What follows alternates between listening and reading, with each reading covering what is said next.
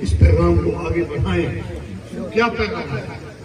یہ ہے کہ اس وقت 2019 میں ہم نے جماعت اہل سنت کی طرف سے سوشل میڈیا کے اوپر اپنا ایک بورڈ بٹھایا اور چیک کیا کہ کتنی آئی ڈیز ہیں جہاں سے گستاخی ہو رہی ہے. اس وقت ٹوٹل 4 آئی ڈیز سے 2019 میں 4 آئی ڈیز سے گستاخی ہو رہی تھی، یعنی بلاسفیمی ہو رہی تھی. اور پھر ہم نے تحقیق چلائی کہ جی ان لوگوں کو کسی طریقے سے گرفتار کیا جائے. اب لوگوں کو آگاہی دی جائے. سمجھاتے 2021 آ گیا، اور جب جو 2021 میں چیک کیا گیا تو اس کی تعداد 32,000 ہو گئی. گستاخانہ لوگ. ابھی ہم آپ نے تقریر میں بھی کہا کہ سویڈن نے قرآن مجید کی بھی حرمتی کی ہے، اس پہ ہمیں غیرت آ رہی ہے. آپ تو سویڈن تو غیر مسلم ہے، وہ تو ان تک ہم پہنچ ہی نہیں سکتے ہیں. لیکن پہلے تو اپنے گھر کو چیک کرو کہ پاکستان کے اندر 32,000 آئی ڈیز سے گستاخی ہو رہی ہے. اور ہم نے پھر ایف آئی اے والوں کو کہا اور کچھ لوگ لیے، اور اس وقت تک 67 لوگ گرفتار ہوئے. 67 لوگوں میں سے 20 لوگوں کو اس کو سزائے موت کا حکم آیا. لیکن اب جو آئی ڈیز کی تعداد ہے وہ 4 لاکھ ہو چکی ہے. کتنی؟ 4 لاکھ. کتنے؟ 4 لاکھ آئی ڈیز ہیں جس پہ بلاسفیمی ہو رہی ہے، گستاخی ہو رہی ہے. اور معذاللہ میں کھلے عام تو کہنا بھی گستاخی سمجھتا ہوں، لیکن آپ کو آگاہی دینے کے لیے عرض کر رہا ہوں. اللہ پاک معاف کرے. بی بی پاکوں کے نام، امہات المومنین کے نام، جس میں انسانی پر لکھ کر زنا ہوتا ہے، اس کی وہ آئی ڈیز بنا کر لوگوں کو فارورڈ کی جاتی ہے. اور پھر قرآن مجید فرقان حمید کی آیات مقدسہ عورت کے وجود پہ لکھ کر اس کے ساتھ زنا کیا جاتا ہے. کلمہ شہادت اور کلمہ توحید نفس کے اوپر لکھ کر شہادت اور زنا کیا جا رہا ہے، اور اس کی فلمیں بنا کر لوگوں میں تقسیم کی جانے، لوگوں کو دکھائی جا رہی ہے. کدھر ہے ہم؟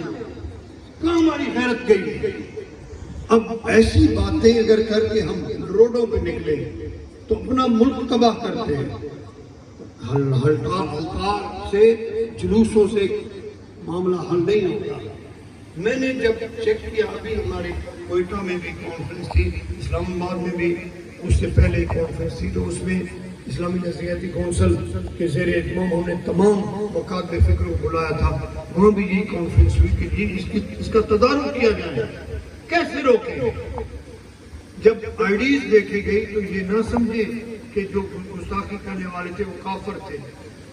گستاخی کرنے والوں میں بریلوی بھی شامل ہیں، دیوبندی بھی شامل ہیں، اہل تشیع بھی شامل ہیں، اہل حدیث بھی شامل ہیں، اور وہ نوجوان جو بڑے بڑے علماء کی اولاد ہیں وہ بھی اس میں شامل ہیں. کیوں کہ سب سے بڑا جو قربانی حسین آئی تھی وہ یہ تھی کہ یزید کے دور میں بے حیائی پھیلائی جانے کا اندیشہ تھا، اور آپ نے جان کی قربانی دے دی تاکہ اس سلسلے کو روکا جائے.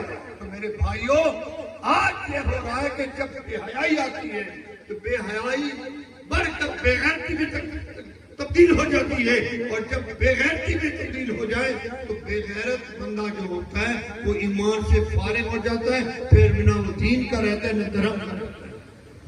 اب پاکستان کے اندر 4 لاکھ آئی ڈیز پہ گستاخی ہو رہی ہے، اور ایک عالم دین جس نے 15 سال تک درس دیا ہے اس کی آئی ڈی پکڑی گئی. پھر اس پر چھاپا لگا. وہ کام کیا کرتا تھا؟ قرآن پاک کو پھاڑ کے رکھ کے بستر کے اوپر اور وہاں پر زنا کرتا تھا. اور جب ٹیسٹ کیا گیا تو اس کے اندر وہ مواد ملے قرآن کے ورقوں پہ. مجھے بتائیں کہ اچھا کام ہو رہا ہے، ہم مسلمان ہیں، اب آپ کو کہوں گے کہ شاید پیر صاحب ہمیں مشتعل کر کے لڑانا چاہتا ہے، نہیں، میں آپ کو صرف اتنا بتانا چاہتا ہوں کہ یہ کام کیوں بڑھ رہے ہیں ہمارے گھرانوں میں، اس کی وجہ موبائل ہے، اور یہ موبائل دو کام کرتا ہے، ایک نیکی بھی یہاں سے ملتی ہے، بدی بھی یہاں سے ملتی ہے۔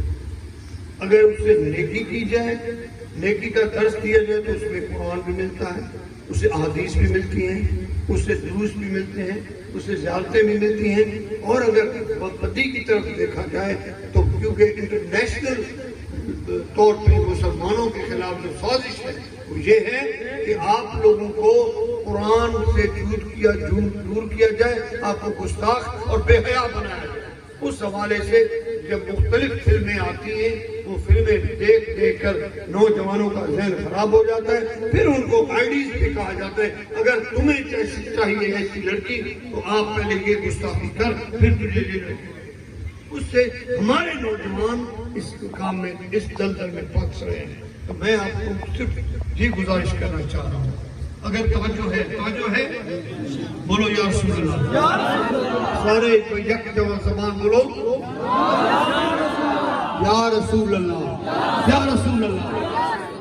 اگر آپ کی توجہ ہے تو میں صرف آپ کو یہ گزارش کرتا ہوں کہ ہم لوگ خوش ہوتے ہیں، او جی میرا بیٹا تو بڑا ہے، بڑا چنگا، بیٹھ جانتا نہیں، سارا دن کمرے پیا ہوا تے پڑھ رہے ہیں، کو لیپ ٹاپ اور باقاعدہ طور پہ پڑھ رہے ہیں، تعلیم حاصل کر رہے ہیں۔ میرا بچہ بڑا لے کے نہ آوارہ لڑکیاں نہ چھوڑ پھردا، نہ کوئی اور کام کردا وا، نہ چوری چکاری کردا، یہ تو کم ہی یہی کردا کہ یہ تو صرف پڑھدا۔ حالانکہ بیٹا ہو یا بیٹی ہو، اس کو چیک تو کرو کہ وہ اپنے لیپ ٹاپ اور موبائل پہ کیا پڑھ رہا ہے، کیا دیکھتا ہے۔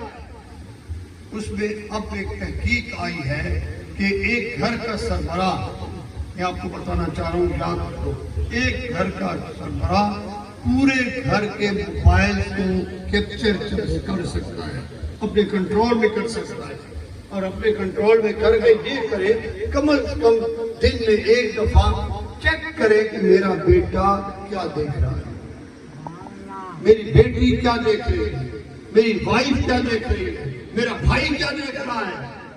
جب آپ کو یہ پتا چلے گا تو آپ کو اپنا جو دشمن، اسلام کا دشمن، اپنے گھر سے مل جائے گا۔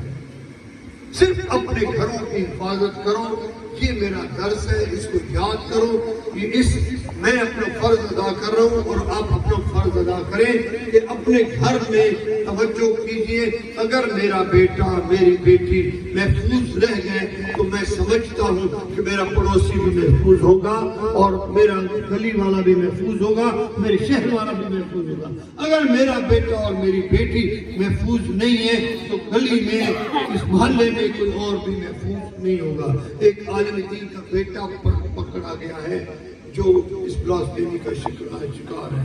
تو میرے بھائیوں، خدا اس معاملے میں اپنی توجہ کریں، امام حسین کی قربانی سے سبق حاصل کریں۔ امام حسین نے اپنا کنبے کا کنبہ قربان کر دیا، لیکن آپ نے بے حیائی روک دی، آپ نے بے نمازیوں کا راستہ روک دیا، اور آپ نے جو قرآن کے مخالف تھے قرآن کی خیرات کر کے قرآن مجید کے گستاخوں کا راستہ روک دیا۔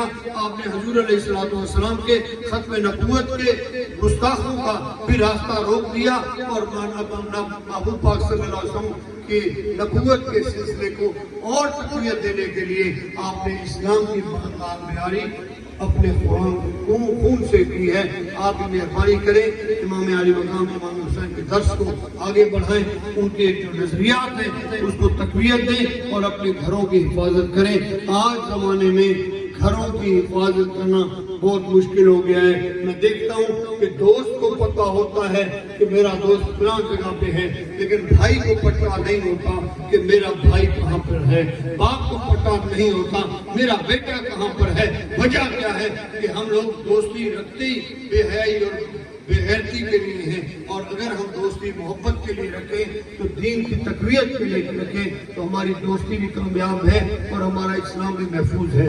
اس وقت ہمیں ہمارے ساتھ دشمن کو لڑنے کی ضرورت نہیں ہے، گنوں کی ضرورت نہیں ہے۔ دشمن نے اپنی چال چل دی ہے، اب ہماری نوجوان نسل جو ہے وہ تباہ ہو رہی ہے۔ اپنی نسلوں کو محفوظ کیجئے، اللہ تعالیٰ میرا اور آپ کا حامی و ناصر ہو۔ ٹائم تو بہت گزر گیا، لیکن